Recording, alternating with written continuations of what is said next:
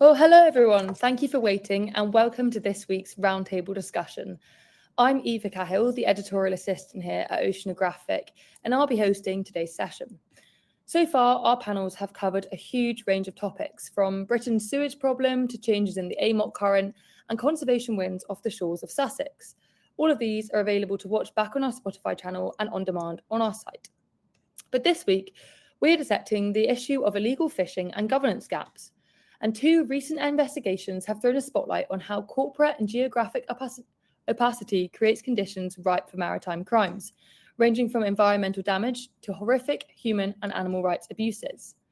Now, to walk us through these findings, their reports, and most importantly, the solutions to this problem, we're joined by two fantastic panelists.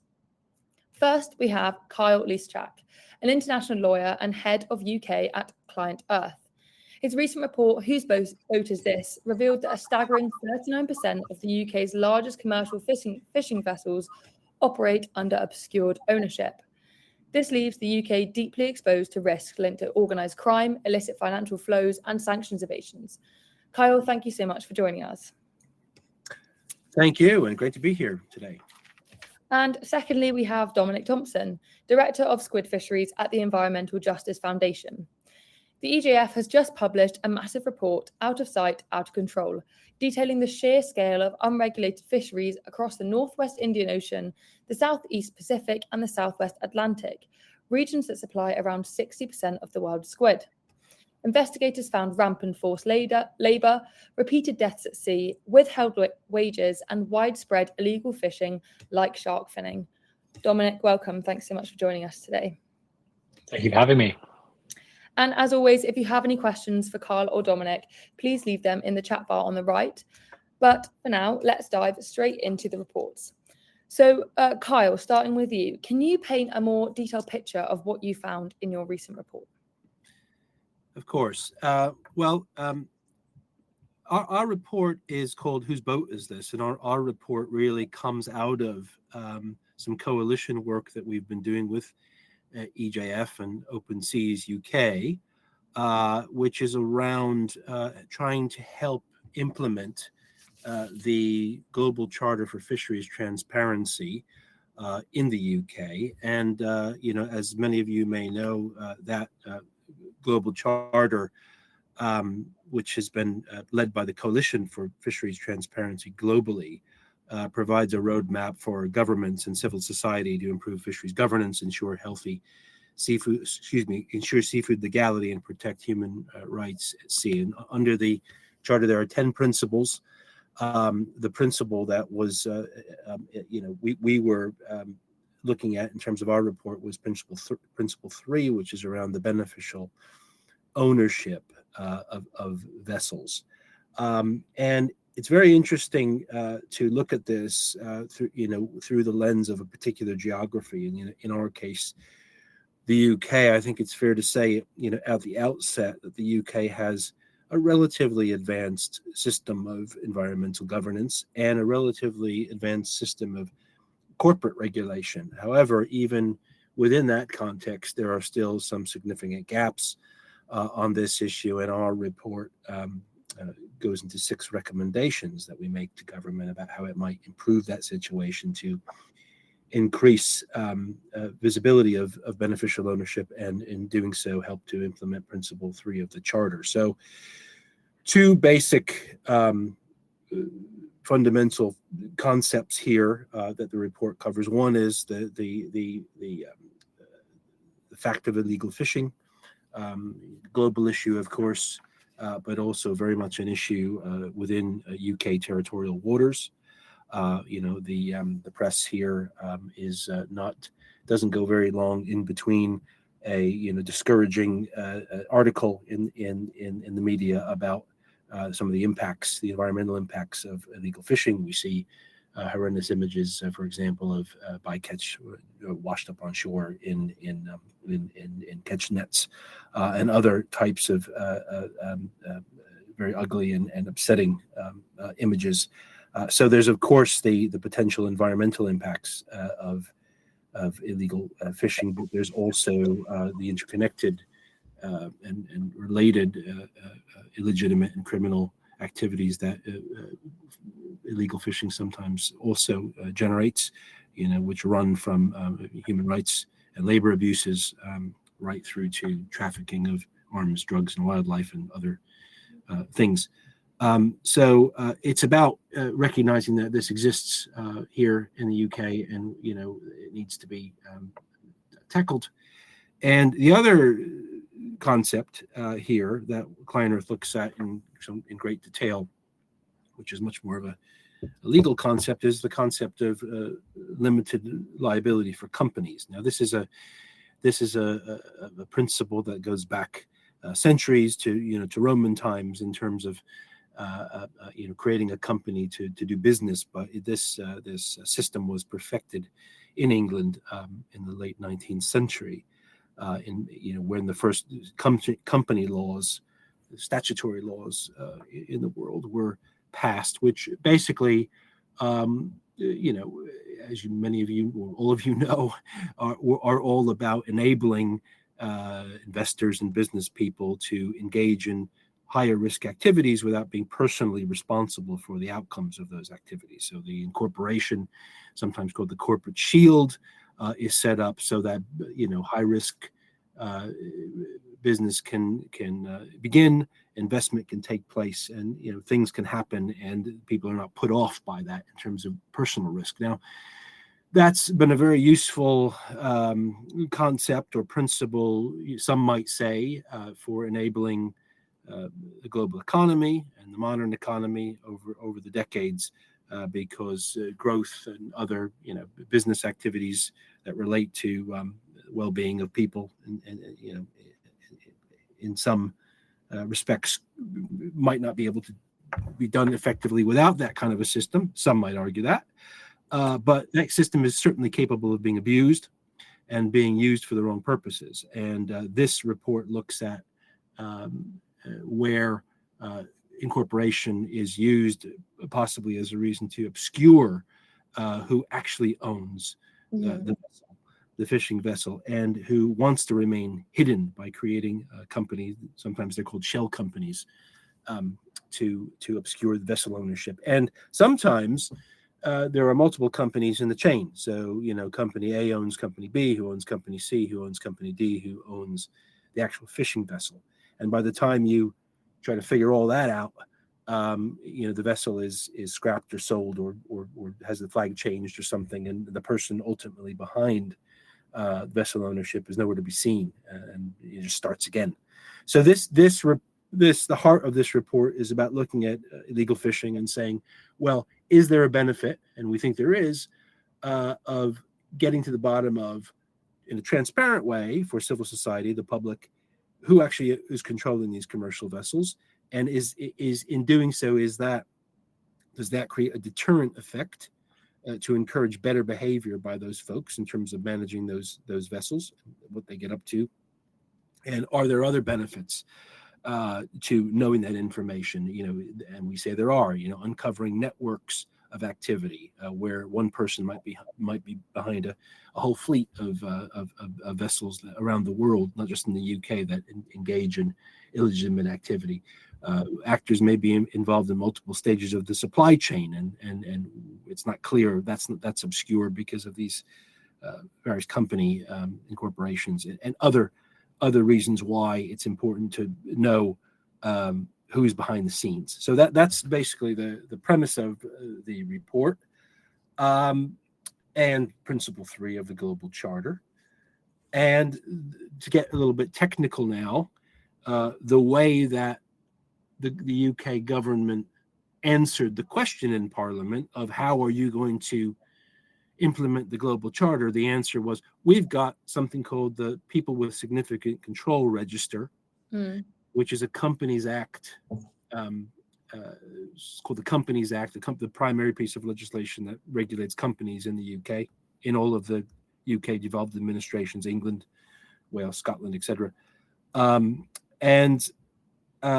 That register requires disclosure of who, in theory, of the natural people, the human beings who actually own a significant share of ownership in the company. So if the people own more than 25% of shares in a particular company, they have to disclose their names and some basic information about themselves, their registered address, and other information. So it becomes much more visible who they are. Well, we challenged that. We said, okay, let's use this tool, this business regulation tool, and see pick a sample of vessels and see how many of these UBOs, ultimate beneficial owners, natural people, we can find who own vessels.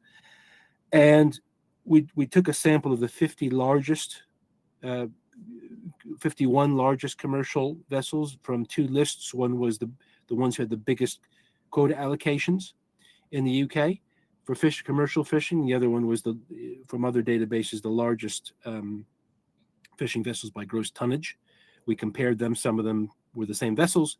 We ended up with a sort of overall master list of 51 vessels, and then we ran it through the system. And what we found out when we did that, I think, as you mentioned when you introduced me, that only in about a quarter of the cases was there clear, publicly accessible, visible information of who the natural people, ultimate beneficial owners of the vessels were on the Companies House register. In about 37% of the cases, beyond that, it was extremely difficult to find any information. You could sort of get scraps, but it wasn't very clear. It wasn't very easy to use. It really takes a lot of time and investment and knowledge of that area of the law to try to figure out who's behind something. And in 40% of the cases, which is a big percentage of the cases, 39% to be exact, the chain of companies left the UK jurisdiction and went elsewhere in the world. And the primary case was the Netherlands, where it went to the most times. And so corporate ownership jumps from UK territory to the territory of a third state, and then the UK-based member of the public is left without a reliable mechanism to go to that country and check the ownership register there. And there's all sorts of reasons for that, right? So the trail ends cold in 39% of cases, and the report also finds that, importantly, that the fishing authority, it looks at the regulatory framework for fishing, commercial fishing licensing and vessel registration in the UK as well, run by two other departments. So not the Companies House register is run by the business department. The fishing licensing is run by the environment department, and the fishing regulators in the devolved administrations in the UK. And the vessel registration process run by the Department for Transportation, Department for Transport. And neither the Transport Department nor the Environment Department, I'll call it broadly, or the fisheries regulators in the devolved administrations, engage with, keep track of, investigate beneficial ownership information on vessels that commit crimes or seek to get a license in any sort of routine way. So it was a bit shocking to see that. So there's a question that even with that 25% that you can find on Companies House, on the people with control register, whether the fishing regulators are actually even using that information, checking it against what they know, and trying to establish some of these bigger narratives around who controls what and how far that goes. So it was revealing in that sense. And just to say, we then make 6 recommendations based on what we found. So I don't know if you want me to pause there. I'm happy to. Go into that later. Yeah, let's pause there. But that was a great oversight and detailed oversight into kind of worrying things you found about tracing those ownership and finding that accountability. But coming to you, Dominic, your report was much more it's on the high seas.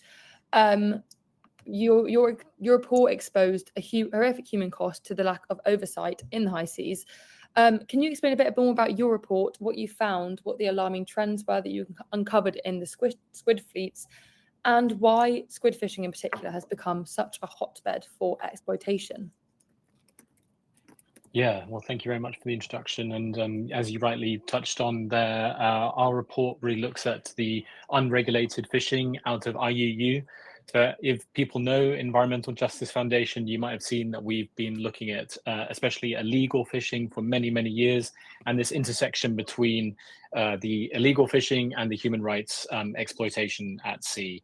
And what this report really tried to do is culminate some of our existing research that we've done on squid fisheries, focusing on 3 main flag states, so China, Taiwan, and South Korea, and looking at where they are mainly operating and what kind of squid they're catching and how much of market share that is actually responsible for. And so we say that this is a global report, and it focuses on 3 main oceans, so the Southwest Atlantic, Southeast Pacific, and Northwest Indian Ocean. And together they account for around 60% of the squid that we consume around the world. So a huge amount of squid that's being caught in these oceans, which is now exposed to high-risk vessels that are engaging in both illegal fishing, but also unregulated fishing as well. And so I think the question you asked about why squid, I think that's a very important one. It's often seen as a relatively overlooked species or subset of species. So there's a lot of international attention around tuna because they are very high value. So you have lots of international regulations on the high seas that are designed specifically to regulate tuna. So if you look at the Pacific Ocean, you look at the Atlantic, the Indian Ocean, they are all covered by these regional fisheries management organizations that regulate tuna fisheries. The same is not the case for squid.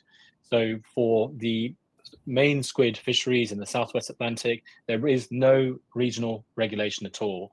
So if you're fishing in the high seas, then you really are at the mercy of the flag state regulations. So in the case of China, when we've looked at the regulations that are at disposal of the Chinese state, they are extremely weak to try to regulate both overfishing of squid, but also destructive fishing practices. In this report is really interesting because we couldn't actually call it illegal fishing because for China, it's not defined as illegal to fin sharks on squid vessels. It's not actually illegal to catch sea lions on Korean vessels. So we had to call of these practices destructive fishing practices rather than the traditional illegal fishing that we've used in our previous reports. So I think that was a really interesting sort of distinction that we had to make very early on in the research. And when we're talking about... Sorry. How come those countries like China and South Korea, is it a cultural thing that they wouldn't consider that illegal, or is that and driven by the profit that can come out of less regulation of those squid vessels? I think it's just been overlooked.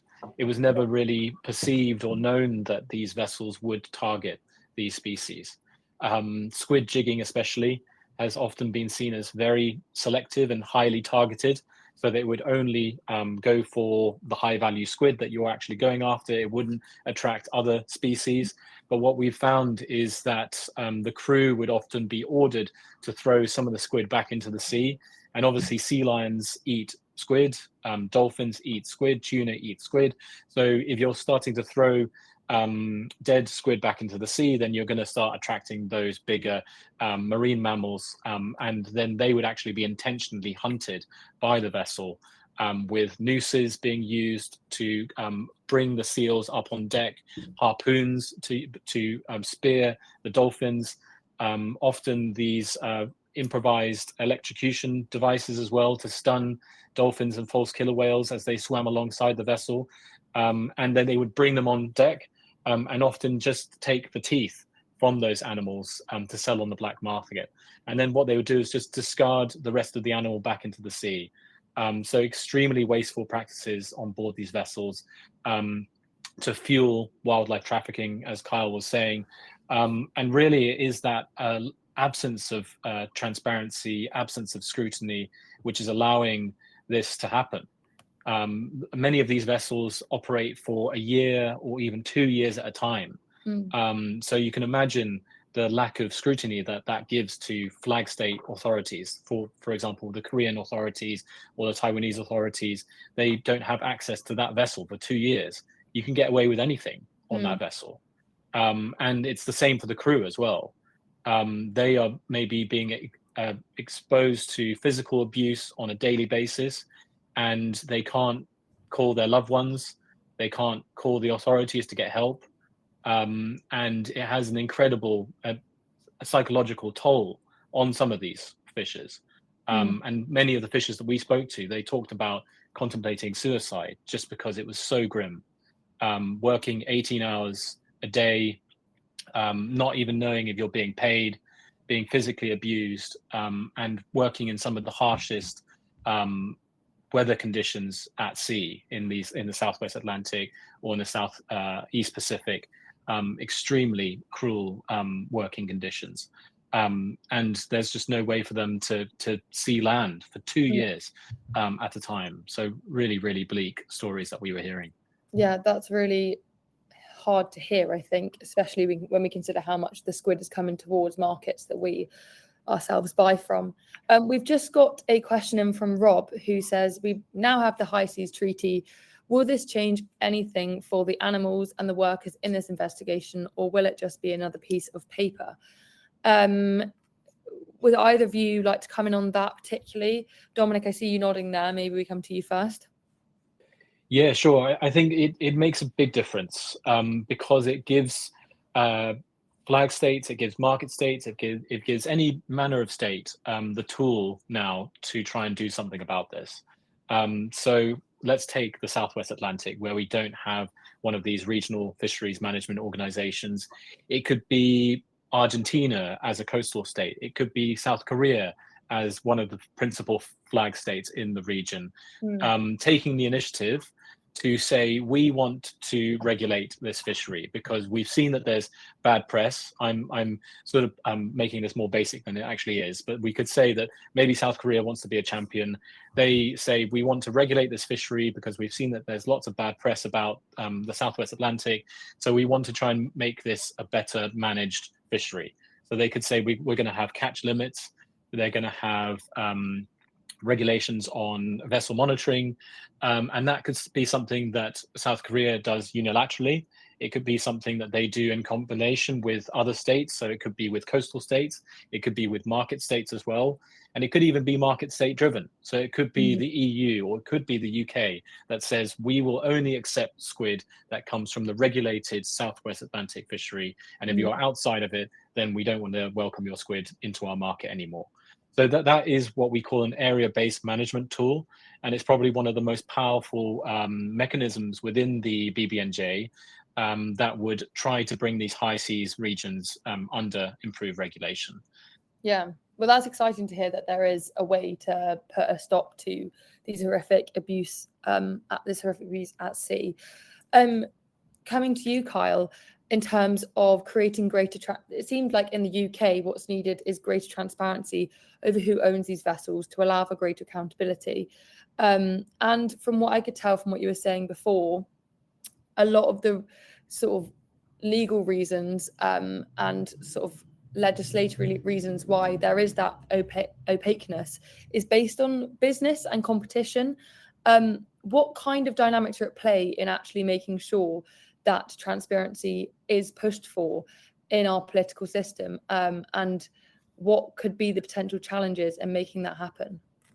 Well, I like the. I mean, just to relate it back to the last question and answer. I mean, I think that the new High Seas Treaty, does a fair bit to promote international cooperation and exchange of information and transparency on this topic. And it's very important, I think, that the UK doesn't act on this in isolation, but in the spirit of those international relationships, helps to promote, among other countries, helps to promote that exchange. Because if countries around the world are working to the same standard, then that collective force, which represents a potential collective way to take enforcement against actors who are revealed to work across networks, is all the more powerful. But going on from there, it's about the balance of what I was talking about before. It's around how far politically any state is prepared to provide a shield for actual people who control companies. So right now in the UK, it's a fairly progressive system.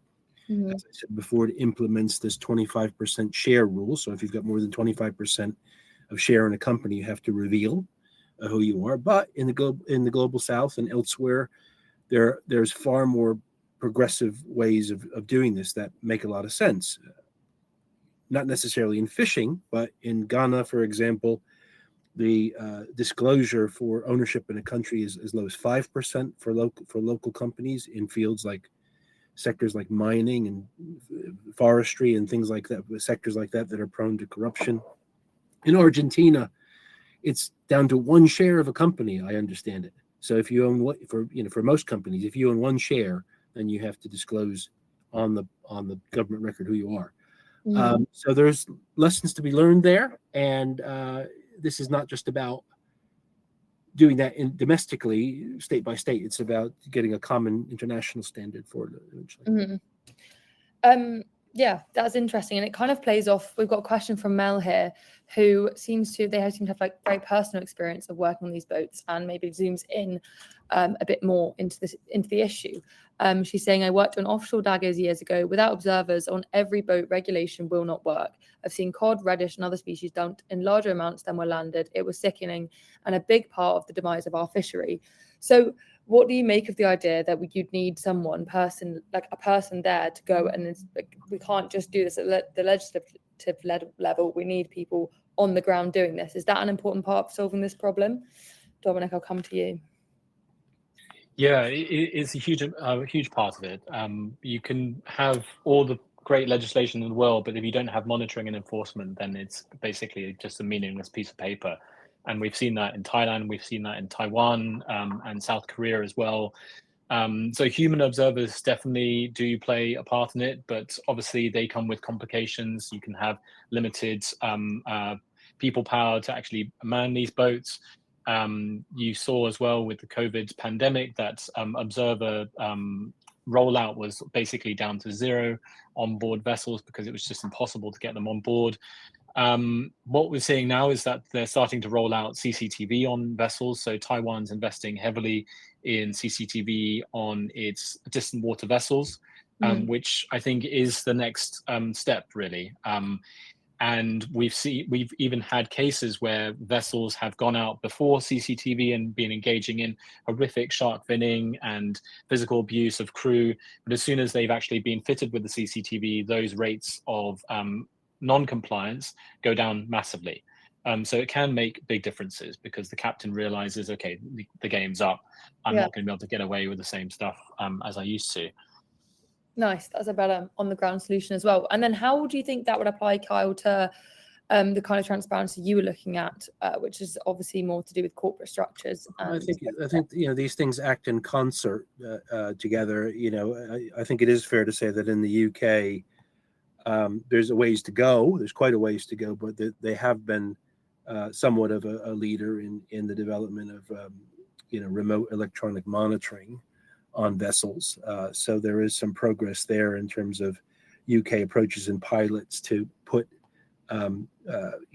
cameras on boats to monitor what's happening, but compared to other places in the world. But that said, going back to what you said about the captain and the beneficial ownership piece really comes in, even if evidence is gathered in that way. Are we going to achieve maximum enforcement or deterrence of activities before they start if, when the evidence comes in and the enforcement happens, the penalty is limited to the skipper or the captain of the boat, which is often the case, and the shell company, which can maybe happily pay a penalty, go bankrupt, and then suddenly another new company pops up. What you're not getting to is the individuals behind the company that employ the staff that work on the boat, ultimately, that are perhaps in some cases using obscure corporate arrangements to shield themselves. If that was more fully exposed, then someone who owned a company, who owned a boat, knowing that the public know who they are, might be even more careful whether a camera's on board or not. So that's an important sort of area of contribution that adds together to these other mechanisms to deliver improvements. That's a really interesting insight. And it feeds back to something I wanted to sort of loop back at the start. You mentioned the Global Charter for Fisheries Transparency, and you talked about it as being kind of a route through which we can close that opacity and hold these people accountable. Can you expand a bit upon how the mechanism through which it's going to do that, and what you think the most important part of that charter is? Well, I mean, there's 10 principles under the charter. The ones that we're most closely working on right now are this one that I'm talking about, and another one which is around transparency for the public on sanctions that apply to fishing vessels after they're found to have committed offenses, and also the subsidies they get. So a very interesting part of the work is knowing governments being more transparent around, well, if you're subsidizing the fishing industry and giving vessels financial incentives, are you doing that in a fair way that takes into account their sanctions and any criminal activity that those vessels might have been involved in? In other words, shouldn't the benefits go to the people that have been acting in accordance with regulations and doing the right things rather than bad actors? So that's another sort of related component to this that we're working on as well. But I think all told, whatever, whether you're looking at that or whether you're looking at who the beneficial ownership is on any vessel or both, the important thing when we talk about public transparency and deterrence and the flow of information about these situations, we're talking about a whole range of actors. And public is quite an amorphous description, but we're talking about journalists that can do an investigation and find out what's happening on a boat. We're talking about NGOs, of course. We're talking about other fishermen. I saw an amazing article. We had a great parliamentary launch for our report last week, which went well. And in researching that, I saw a very interesting article about a UK fisherman who had witnessed some illegal fishing activity in UK waters and was struggling with the idea of who's responsible for this, because there's no way for that person to tell. So for other fishermen, and then even civil servants that work in the government that want to piece together facts and explore routes for enforcement, sometimes they don't have access. I mean, I used to be one. They don't have access to special systems, for example, mechanisms to compel a foreign government to give information. They just have to sit at their desk and do their work. They could benefit from more transparent information on this as well. So a whole range of actors within the public could help on this issue. I saw you nodding along there, Dominic. Do you have anything you'd like to add? Or you just I think as Carl was saying, that the charter really works as this combined toolkit that is available to states to be able to start to better regulate and better understand the data that is at their disposal, really, with the fishing fleet that they have.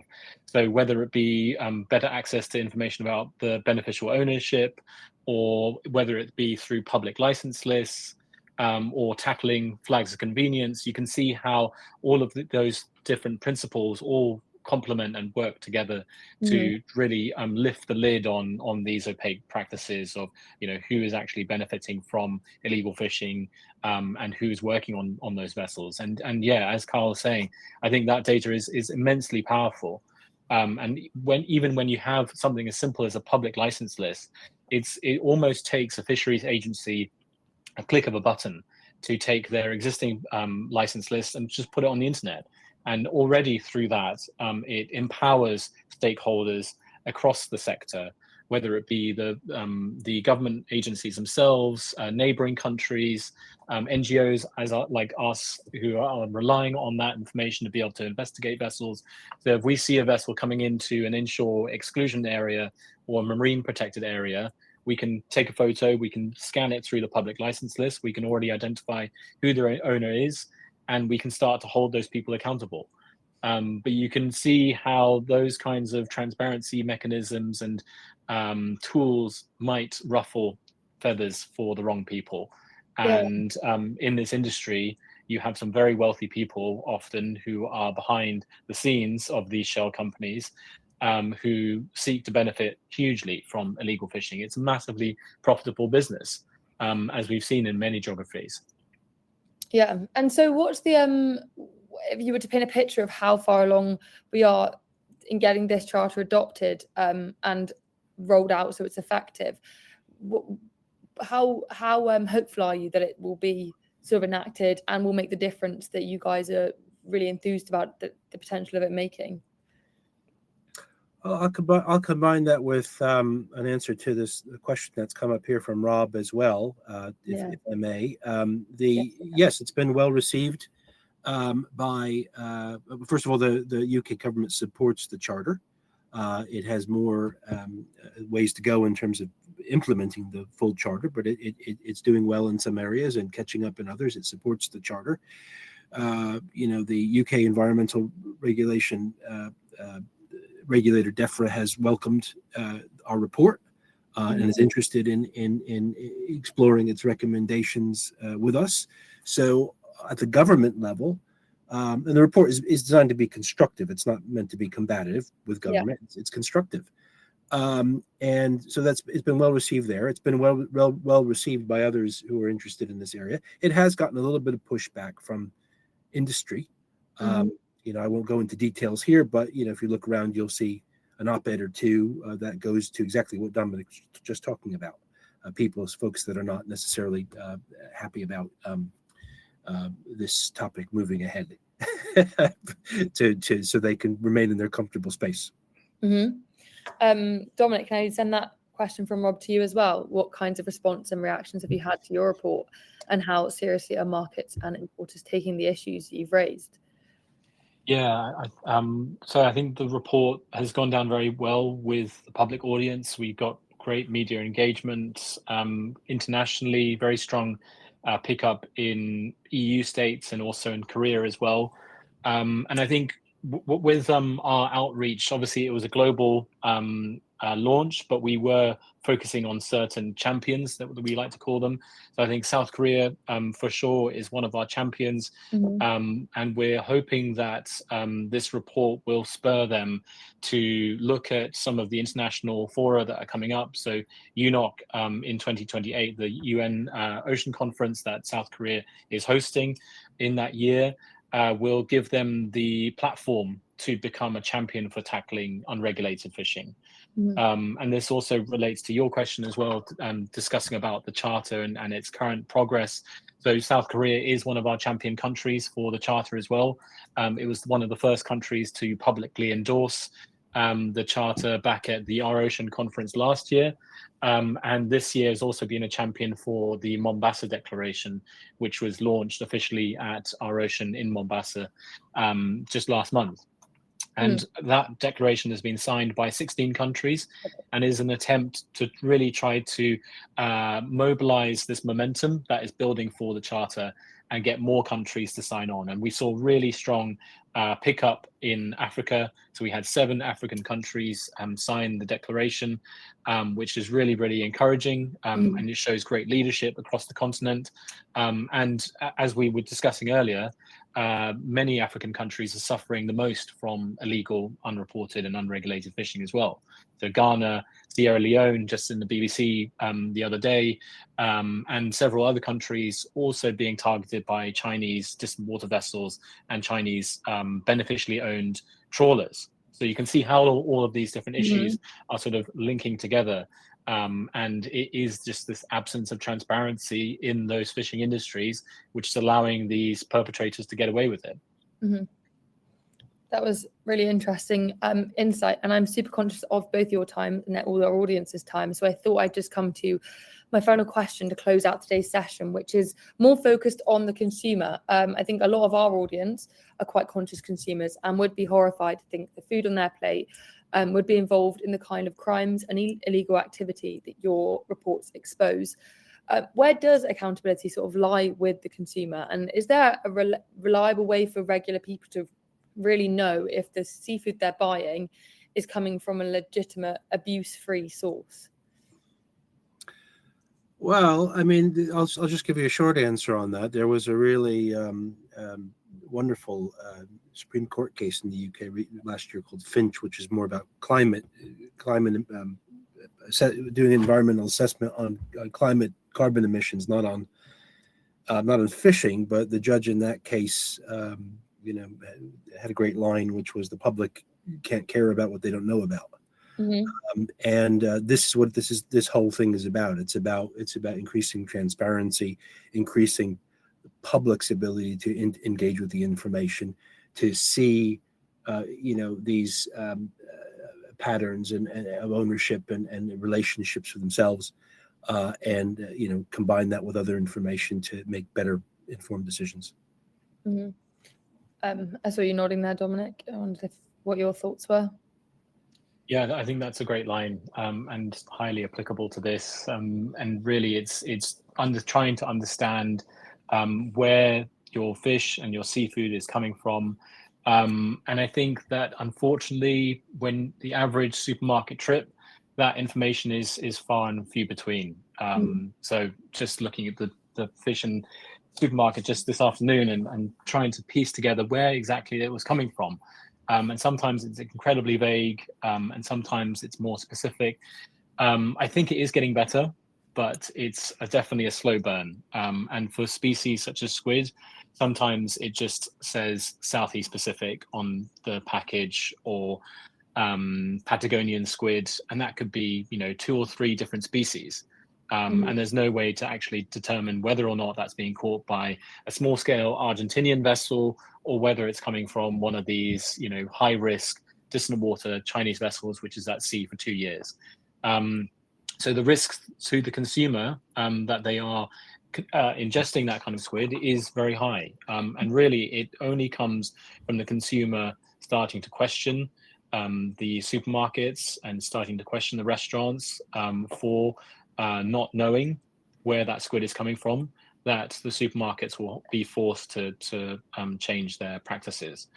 And that's exactly what we're trying to do with the next phase of our work. We're trying to now put the pressure on the industry, the seafood buyers themselves, to show that their supply chains are at risk. And this tainted squid is leaking into their supply chains, and they need to start doing something about it. And we are starting to see some positive signs. So the US just introduced new regulations for importers of squid coming from Southeast Pacific and Southwest Atlantic to have better due diligence of their supply chains, which is definitely a step in the right direction. And we're really calling on the UK and the EU to follow suit with that kind of improved due diligence requirement. Well, that's a really encouraging note to end on our panel, considering the rest of it, well, no, some of it has been quite illuminating and not necessarily the most positive way. But that is all that we have time for today. A huge thank you to you, Carl, and you, Dominic, for joining us and shedding light on your critical investigations. And thank you for joining us in the audience. If you've enjoyed this roundtable discussion, then make sure to check out everything else Oceanographic has to offer, including our podcast, our news, our magazine, our live events, and plenty more. So thank you all for listening and joining me today. And we'll see you all next week on the same link at the same time. Thanks very much.